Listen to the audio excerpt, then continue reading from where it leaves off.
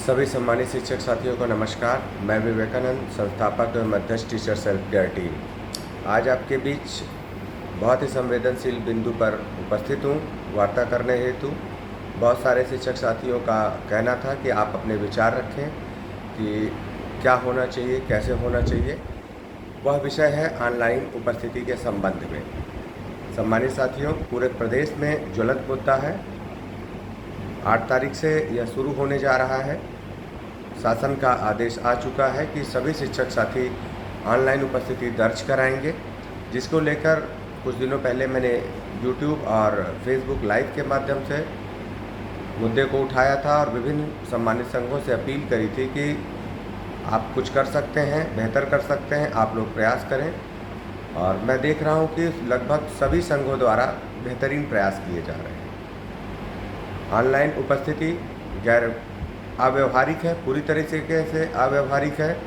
अगर बेसिक शिक्षक के स्कूलों की भौगोलिक परिस्थिति को देखा जाए, उनके कार्य करने के तरीक़ों को देखा जाए, जो भी स्थितियां हैं उनका आकलन किया जाए, कितने सुदूरगामी स्थलों पे बेसिक के स्कूल स्थापित हैं, कितनी दूर तक शिक्षक ट्रैवल करता है और कितनी सारी समस्याएं हैं जिनसे जूझते हुए उन विद्यालयों में शिक्षण कार्य करते हैं। उनको देखते हुए ऑनलाइन डिजिटल हाजिरी, जो भी कहें, ऑनलाइन हाजिरी कहें, डिजिटल हाजिरी कहें, यह पूरी तरीके से अव्यवहारिक है। डिजिटल हाजिरी की जा सकती है, लेकिन व्यवहारिक कठिनाइयों को दूर करने के बाद विभिन्न संघों ने अपनी मांगों के साथ इसका विरोध दर्ज कराना शुरू किया है। आज सोशल मीडिया के माध्यम से मैंने देखा कि लगभग सभी संघों द्वारा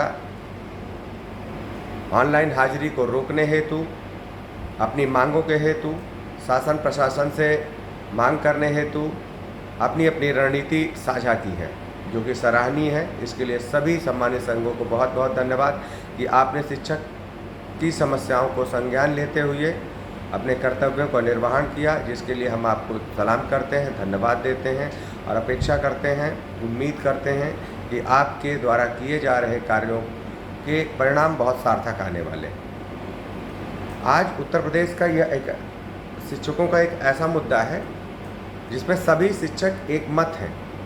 बहुत सारे बिंदुओं पे अलग अलग मत हो सकते हैं, लेकिन यह एक ऐसा बिंदु है जिसमें उत्तर प्रदेश का हर शिक्षक एक मत है और वर्तमान परिस्थिति में इसको लेकर सभी चिंतित हैं।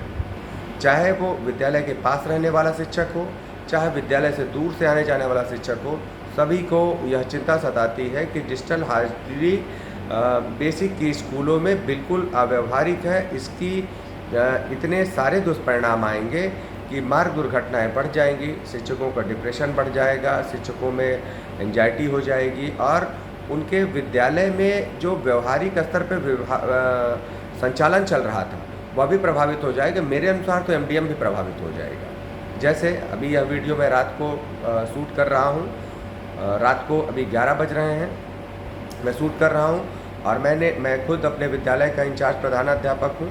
कल मैं सुबह जल्दी निकल जाऊँगा, विद्यालय समय से पहुँचना है। तो अब विभाग ने ऑनलाइन हाजिरी कर दी, अब हमें सुबह ताज़े फल भी लेने हैं, ताज़ी सब्जियां भी लेनी है और अपने विद्यालय समय से पहुंचना है। हमारे अनुसार 6 बजे ही दुकानें नहीं खुल जाएंगी, दुकानें खोलने में लेट होती है, उनको ख़रीदने में अतिरिक्त समय लगता है। जब हमको विद्यालय पहुंचने की जल्दी है, हमें 7:45 बजे अपनी अटेंडेंस देनी है, तो सबसे पहले हम विद्यालय पहुंचेंगे और अपनी अटेंडेंस देंगे। चाहे हम सब्जी ले पाएँ, चाहे ना ले पाएँ, चाहे फल ले पाएँ, चाहे ना ले पाएँ, हमें अपने विद्यालय पहुंचना हमारी प्राथमिकता होगी।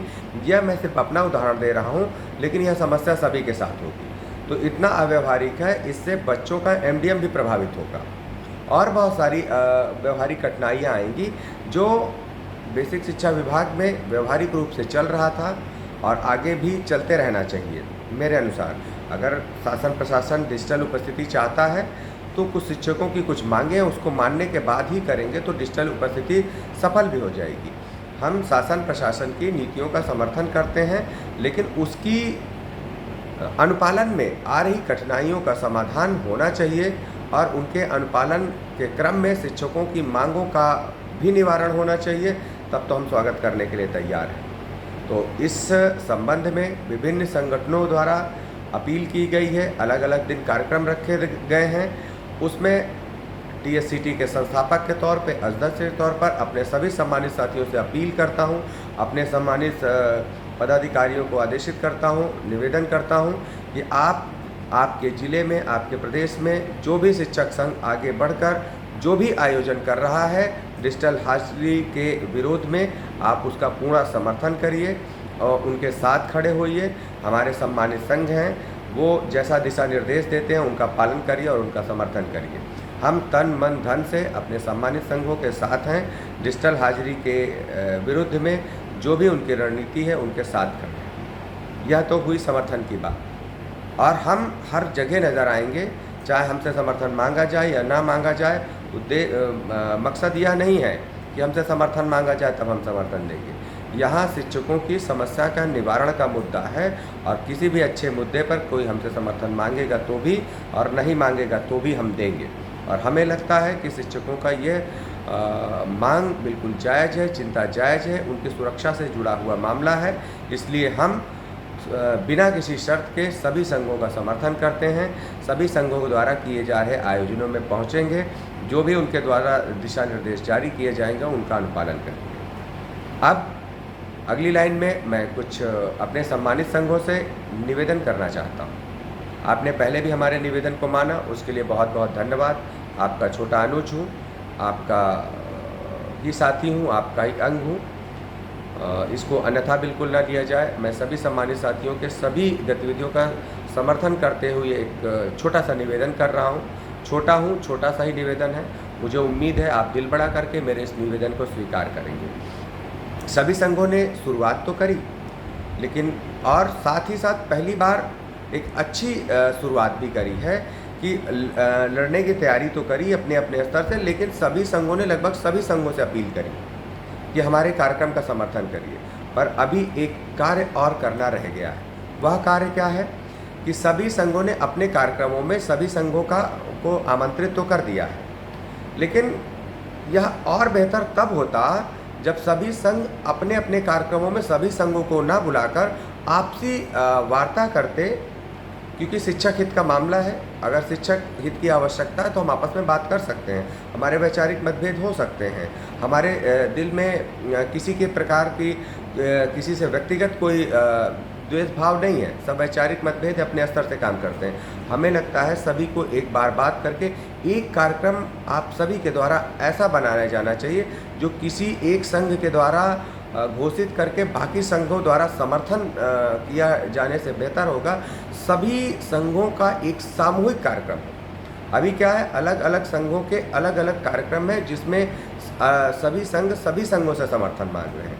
ये तो किया ही जाए, लेकिन एक ऐसा भी कार्यक्रम हो जो सभी संघों का एक साथ हो, किसी एक संघ के नाम से ना हो, वो सभी संघों का हो और सभी संघ उसी ऊर्जा के साथ काम करें जैसे अपने संघ द्वारा आयोजित कार्यक्रम के लिए करते हैं।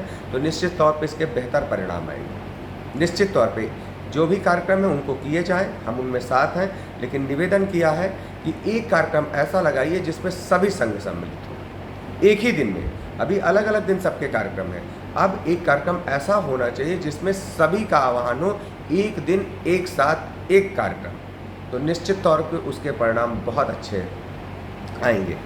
अब एक और छोटा सा निवेदन है। मैंने वैसे तो कहा कि एक निवेदन, लेकिन दूसरा भी निवेदन करना चाहूँगा। देखिए, मैंने जो मांगें देखी हैं, जो कार्यक्रम देखे हैं, उसमें ज़्यादातर कार्यक्रमों में मैंने देखा कि हमें अपने BSS के थ्रू मांग करनी है, DM साहब के थ्रू मांग करनी है, CDO साहब के थ्रू मांग करनी है, काली पट्टी बांधना है और शायद धरने वगैरह की भी बात है। जो भी है उसका अनुपालन किया जाना चाहिए, लेकिन मुझे जो लगता है एक प्रयास इस दिशा में भी करना चाहिए। हम अपने सम्मानित अधिकारियों से तो कहने जा रहे हैं, अपनी अपील तो करने जा रहे हैं, लेकिन जहाँ तक मैं समझ पा रहा हूँ ये आदेश भी हमारे अधिकारियों द्वारा आ रहा है।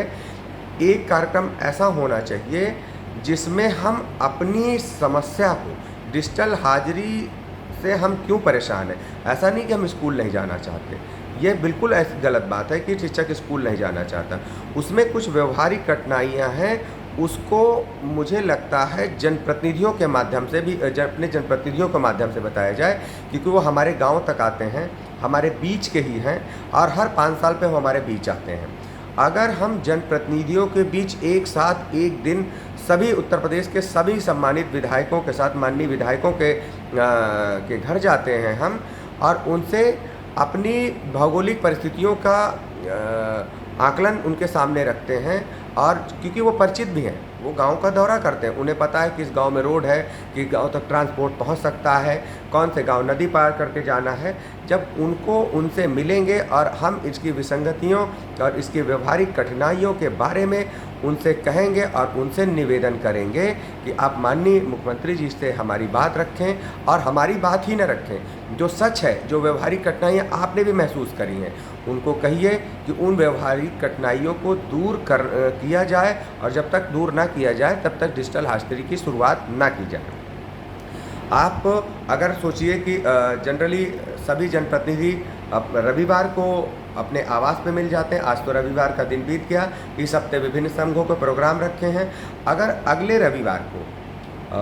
रविवार को एक साथ उत्तर प्रदेश के सभी सम्मानित विधायकों को, सभी माननीय विधायकों को उनके विधानसभा के समस्त शिक्षक जाते हैं उनके आवास पे और निवेदन करते हैं कि शासन की मंशा के अनुरूप हम डिजिटल हाजिरी देने को तैयार तो हैं, लेकिन हमारी कुछ मूलभूत मांगे हैं, कुछ व्यवहारिक कठिनाइयाँ हैं, हम उनका समाधान चाहते हैं।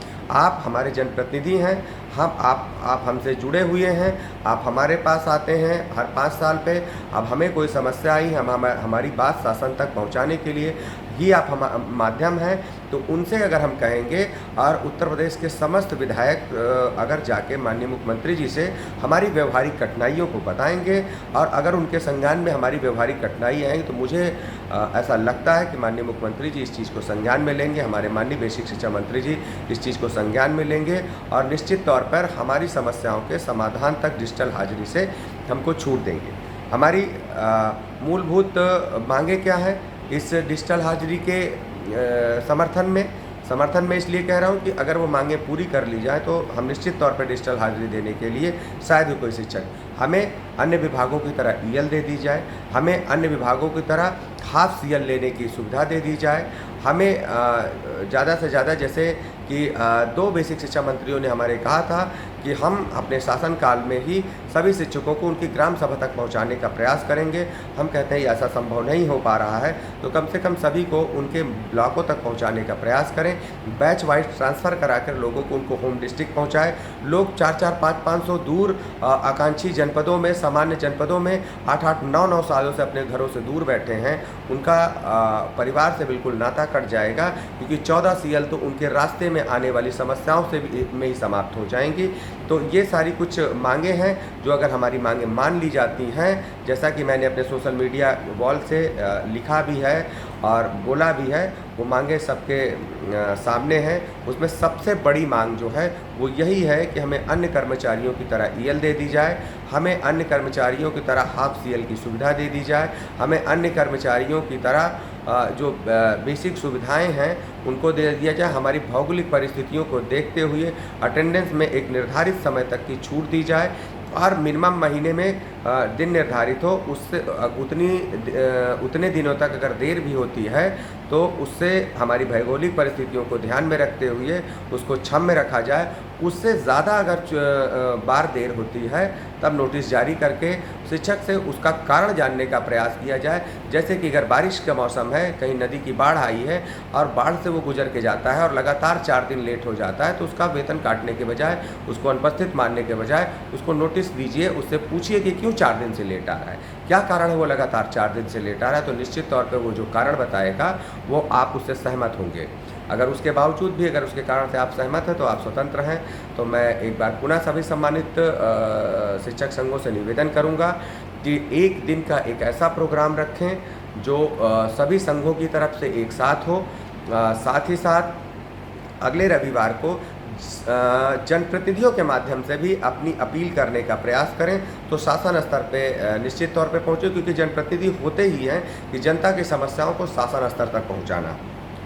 और अधिकारियों से तो आप प्रयास कर ही रहे हैं, लेकिन मुझे लगता है जनप्रतिनिधियों से किया जाना चाहिए। वर्तमान परिस्थितियां भी ऐसी हैं कि अगर आप जनप्रतिनिधियों से कहेंगे तो निश्चित तौर पे हमारी बातों को गंभीरता से लिया जाएगा।